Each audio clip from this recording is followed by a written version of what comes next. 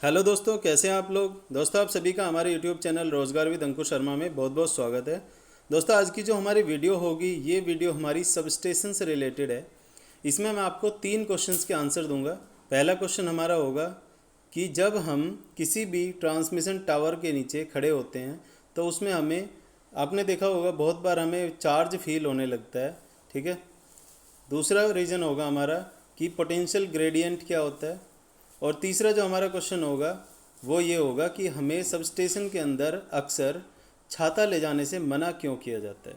आप लोगों ने दोस्तों अगर कभी सबस्टेशन विजिट किया है तो आप लोग ये चीज़ समझ सकते हैं कि आपको छाता ले जाने अंदर नहीं दिया जाता है। या फिर आप लोग ये भी अगर विजिट करेंगे कभी तो आप कोशिश करके देखना, आपका जो छाता होगा उसको बाहर ही रखवा लिया जाएगा, सबमिट कर लिया जाएगा, जिससे कि आप उसका अंदर यूज़ ना कर पाएँ। दोस्तों, इसका एक बहुत बड़ा कारण है, मैं आपको वो कारण बताने जा रहा हूँ इस वीडियो के अंदर। हमारा मेन फोकस 3 चीज़ों पर रहेगा। पहला फोकस ये रहेगा कि हमें सबस्टेशन के अंदर या फिर किसी ट्रांसमिशन टावर के नीचे खड़े होकर हमारे रोंगटे खड़े क्यों हो जाते हैं या फिर हमें चार्ज फील क्यों होने लगता है। ठीक है। दूसरा क्वेश्चन होगा हमारा आज का कि हमारा जो पोटेंशियल ग्रेडियंट है वो क्या है। और तीसरा जो हमारा क्वेश्चन होगा वो ये है कि छाता लेके अंदर क्यों नहीं घुसने दिया जाता है सबस्टेशन के अंदर।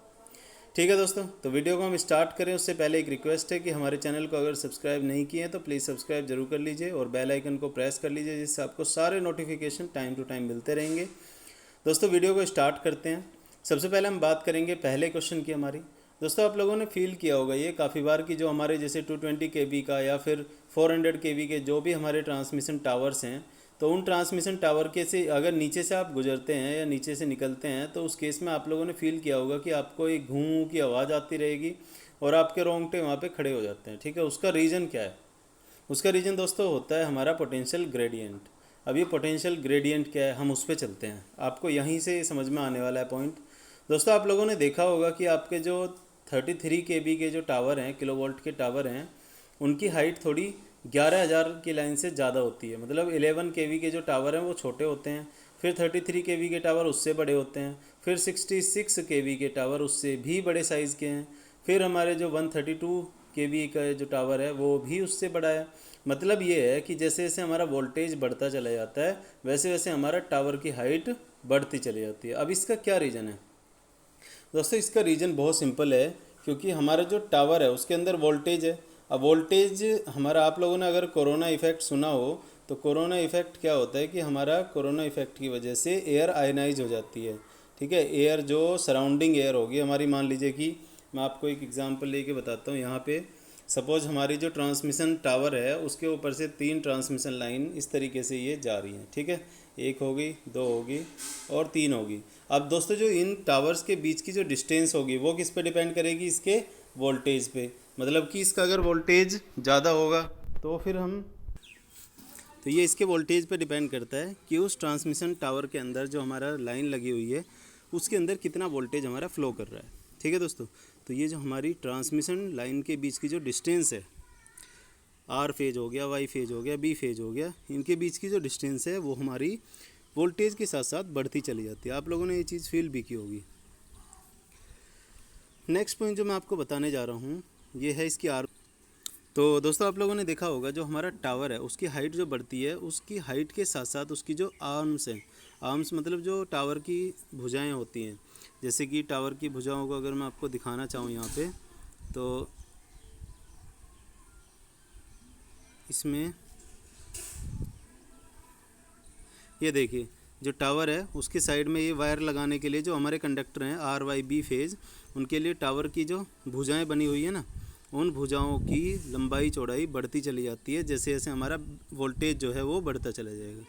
ठीक है। तो उसके हिसाब से हमारी टावर की जो भुजाएं हैं वो भी, उनकी हाइट या लेंथ बढ़ती चली जाएगी।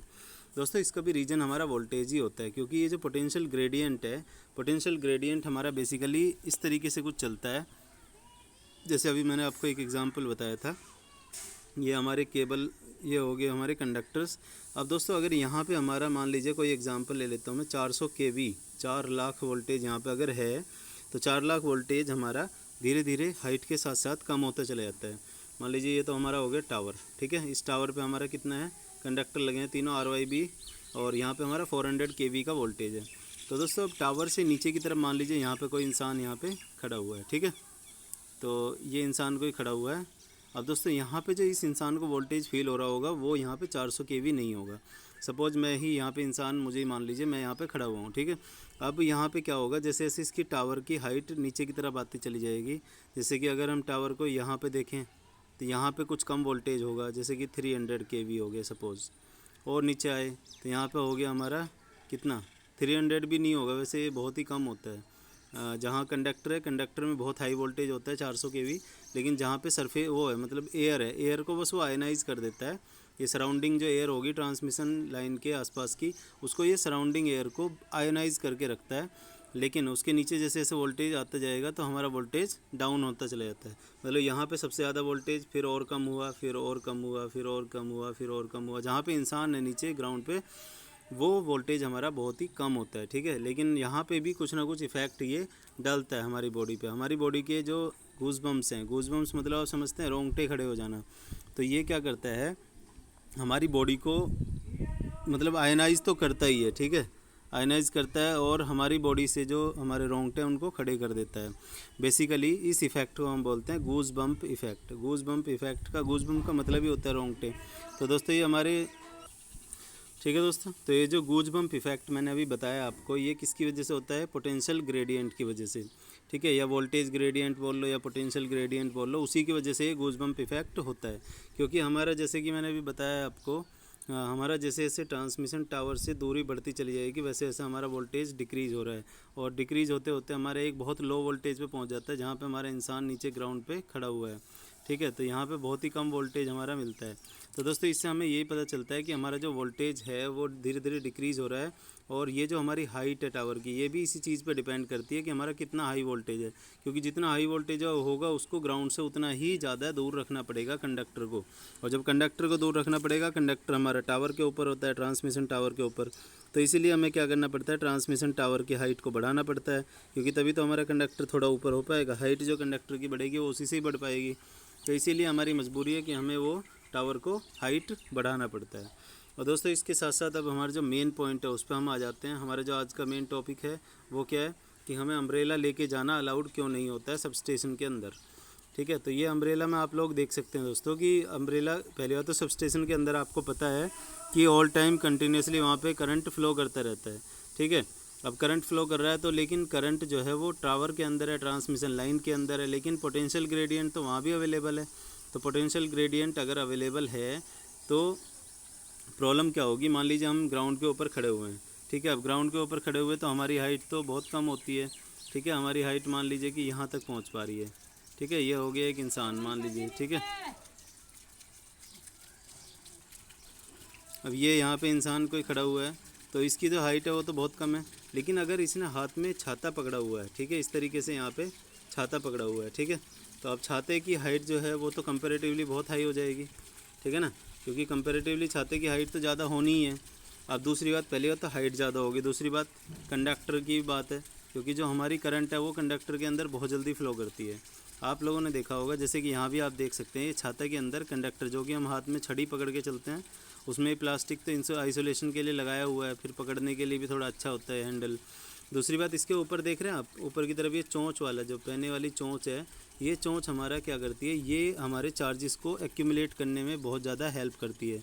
मतलब क्या है, मतलब ये है कि अगर हमारा चार्जेस की बात करें तो एक फ्लैट सरफेस पे उतना ज़्यादा चार्जेस इकट्ठा नहीं हो पाएंगे जितने कि हमारे एक शार्पन सरफेस के ऊपर हो पाएंगे। मान लीजिए कि हमारे पास दो शेप हैं, एक शेप ये होगी, ठीक है, और दूसरी शेप हमारी क्या होगी, फ्लैट, ठीक है। तो इस शेप के ऊपर हमारे जो चार्ज एक्यूमुलेट हो पाएंगे वो हमारे ज़्यादा हो पाएंगे एज़ कम्पेयर टू दिस, ठीक है। इसके अंदर हमारे चार्ज कम एक्यूमुलेट हो पाएंगे और इसके अंदर हमारे चार्ज ज़्यादा एक्यूमुलेट हो पाएंगे। तो दोस्तों यहाँ से आपको इतना क्लियर हो रहा होगा कि अगर चार्ज एक्यूमुलेट ज़्यादा हो पाएंगे तो इसका मतलब ये है कि जो हमारा ये वाला सरफेस है इसके अंदर चार्ज से ही तो करंट फ्लो होता है, और ये वाला हमारा जो सरफेस है इसमें होंगे कम, ठीक है, ये वाले में होंगे ज़्यादा। तो इसका मतलब ये है कि जो छाता है, छाते के ऊपर जो पैनी नुकीली चोंच लगी हुई है ऊपर की तरफ, वो नुकीली चोंच हमारे चार्जेस को ज़्यादा एक्यूमुलेट करेगी, उसमें करंट फ्लो करने के चांसेस हमारे ज़्यादा रहेंगे, और चांसेस ज़्यादा रहेंगे इसका मतलब ये है कि करंट फ्लो डिस्चार्ज करा सकती है। बेसिकली आप लोग इसका एग्जांपल यहाँ से भी देख सकते हैं अगर आप लोगों ने कभी सुना हो कि लाइटनिंग एरिस्टर सभी के छतों पे लगे होते हैं, मैंने इस पर ऑलरेडी वीडियो बना भी दी है, सर्ज एरिस्टर, लाइटनिंग एरिस्टर सभी पे। तो ये लाइटनिंग एरिस्टर हमारा कहाँ लगा होता है? हमेशा छत के ऊपर लगा होता है, और छत के ऊपर तो लगा ही होता है, लेकिन आप लोग इसके अगर सरफेस देखेंगे, ऊपर वाले जो इसमें पिन निकली हुई हैं जिनको स्पाइक्स बोलते हैं हम, ये स्पाइक टाइप लाइटनिंग एरिस्टर हमारा। ये जो स्पाइक्स हैं इनमें आप देखेंगे तो नुकीली चोंच लगी हुई है, ऊपर की तरफ नुकीली चोंच है। ये नुकीली चोंच इसीलिए होती है जिससे कि ये चार्जेस को सबसे ज़्यादा एक्यूमुलेट कर सके और ये मैक्सिमम करंट को अपने अंदर से फ्लो करवा सके, क्योंकि लाइटनिंग एरिस्टर का काम ये होता है ना, जो लाइटनिंग सर्जिस आती हैं उन लाइटनिंग सर्जिस को बाईपास करता है ये ग्राउंड को, ठीक है, with the help of earthing.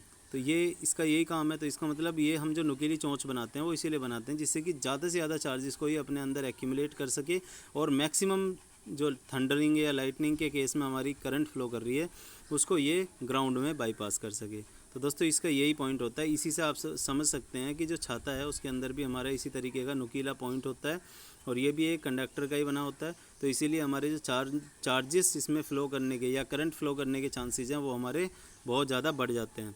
तो इसी वजह से हम क्या करते हैं, सब स्टेशन के अंदर छाता ले जाना अलाउड नहीं करते हैं।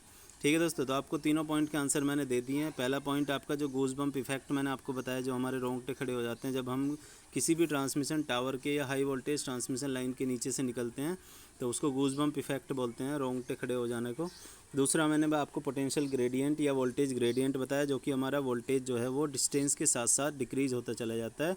इसी वजह से हमारे जो नीचे खड़े होने पे सिर्फ हमारे बॉडी के गूज बम्प को इफेक्ट करता है। अदरवाइज़ अगर हम थोड़ा हाइट पे चले जाएंगे तो वो हमें अपनी तरफ आकर्षित भी कर सकता है और हमें करंट भी, शॉक भी लग सकता है, क्योंकि मैंने आपको बताया आसपास की जो वो एयर है वो भी हमारी आयोनाइज हो जाती है। दोस्तों इसके साथ साथ हमारा तीसरा पॉइंट मैंने आपको बताया कि छाता हम क्यों नहीं लेके जा सकते हैं किसी भी सब स्टेशन के अंदर, ये आपको भी समझ में आ गया होगा। तो बाकी मिलते हैं नेक्स्ट वीडियो में। हमारे चैनल को सब्सक्राइब कर लीजिए, वीडियो को लाइक और शेयर ज़रूर करना। So thank you for watching.